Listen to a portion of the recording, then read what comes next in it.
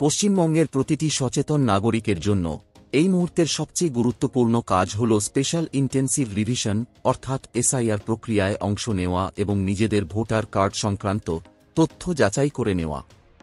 লক্ষ লক্ষ মানুষ ইতিমধ্যেই বিএলও অর্থাৎ বুথ লেভেল অফিসার এর মাধ্যমে তাদের এনিউমারেশন ফর্মও জমা দিয়েছেন অথবা অনলাইনে তা পূরণ করেছেন।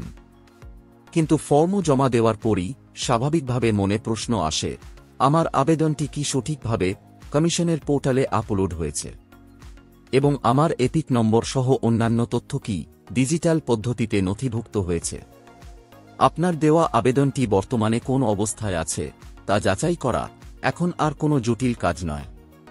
নির্বাচন কমিশন তাদের অফিসিয়াল ভোটার সার্ভিস পোর্টালে একটি অত্যন্ত সহজ ব্যবস্থা চালু করেছে, যার মাধ্যমে আপনি ঘরে বসেই নিশ্চিত হতে পারবেন যে আপনার বিএলও আপনার ফর্মটি সফলভাবে আপলোড করেছেন কিনা, অথবা আপনি নিজে অনলাইন জমা দেওয়ার পর তার স্থিতি কি দেখাচ্ছে। এই স্ট্যাটাস চেক করা কেবল একটি অগ্রগতি যাচাই নয়, এটি আপনার অধিকার। যদি ফর্মটি আপলোড না হয়ে থাকে বা কোনো ভুল তথ্য দেখায়, তাহলে আপনার হাতে সময়মতো তা সংশোধন করার সুযোগ থাকবে। অন্যথায় আপনার নাম চূড়ান্ত ভোটার তালিকায় বাদ পড়ার বা তথ্য ভুল থাকার সম্ভাবনা তৈরি হতে পারে। আজকের এই ভিডিওটিতে আমরা ধাপে ধাপে খুব সহজে এবং স্পষ্ট করে দেখাবো কিভাবে আপনার ভোটার কার্ড নম্বর ব্যবহার করে এসআইআর এনিউমারেশন ফর্মের অনলাইন স্ট্যাটাস চেক করবেন এবং নিশ্চিত হবেন যে আপনি আপনার নাগরিক অধিকার রক্ষায় এক ধাপ এগিয়ে আছেন। তবে চলুন ভিডিওটি শুরু করা যাক। প্রথমে গুগল ওপেন করে টাইপ করবেন ন্যাশনাল ভোটার সার্ভিস পোর্টাল। তারপর সার্চ করবেন। সার্চ রেজাল্টে প্রথম যে লিঙ্কটা আসবে সেই লিঙ্কে ক্লিক করবেন। লিঙ্কে ক্লিক করার সঙ্গে সঙ্গে national voter service portal open হয়ে যাবে। পোর্টালের লিঙ্ক ভিডিও ডিসক্রিপশনে দেওয়া আছে, লিঙ্কে ক্লিক করে ডাইরেক্ট এই পোর্টালে আসতে পারবেন। পোর্টালে আসার পর সাইন আপ অপশনে ক্লিক করবেন। ক্লিক করার পর এই রকম ইন্টারফেস আসবে। এখানে ইন্ডিয়ান রেসিডেন্ট ইলেক্টর সিলেক্ট হয়ে থাকবে। জাস্ট এখানে মোবাইল নাম্বার এন্ট্রি করবেন। তারপর ক্যাপচা বক্সে ক্যাপচা এন্ট্রি করে কন্টিনিউ অপশনে ক্লিক করবেন। কন্টিনিউতে ক্লিক করার পর এই রকম ইন্টারফেস আসবে।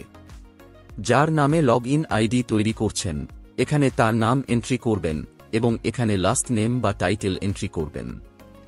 তারপর রিকোয়েস্ট ওটিপি অপশনে ক্লিক করবেন। রিকোয়েস্ট ওটিপিতে ক্লিক করার পর মোবাইলে ওটিপি আসবে। ওটিপির ঘরে ওটিপি এন্ট্রি করে ভেরিফাই অপশনে ক্লিক করবেন।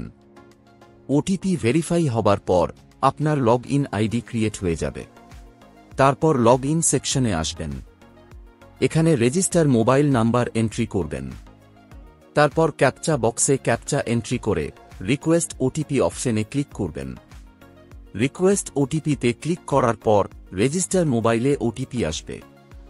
জাস্ট ওটিপির ঘরে ওটিপি এন্ট্রি করে ভেরিফাই এন্ড লগ ইন অপশনে ক্লিক করবেন।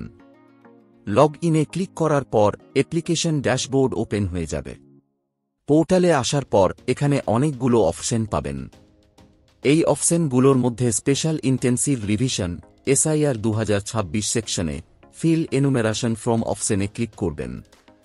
ক্লিক করার পর এই রকম ইন্টারফেস আসবে। এখানে নিজের রাজ্যের নাম সিলেক্ট করবেন। রাজ্য সিলেক্ট করার পর এই রকম ইন্টারফেস আসবে। এখানে এপিক বা ভোটার নাম্বার এন্ট্রি করবেন। তারপর সার্চ অপশনে ক্লিক করবেন। সার্চে ক্লিক করার পর যদি এই রকম মেসেজ শো হয়, your form hedge already submitted with mobile number, enumeration form fill up করার সময় যে মোবাইল নাম্বার দিয়েছিলেন সেটা শো হবে। আপনার ক্ষেত্রে যদি এই রকম মেসেজ শো হয়, তাহলে বুঝবেন আপনার এনুমেরেশন ফর্ম সঠিকভাবে জমা হয়েছে। আশা করি এই ভিডিওটির মাধ্যমে আপনাদের অনলাইনে এসআইআর এর এনুমেরেশন ফর্ম জমা দেওয়ার স্ট্যাটাস চেক করার পদ্ধতি স্টেপ বাই স্টেপ বোঝাতে পেরেছি। যদি আপনারা আরও কিছু জানতে চান বা কোনো প্রশ্ন থাকে, তাহলে নিচে কমেন্ট বক্সে কমেন্ট করতে ভুলবেন না।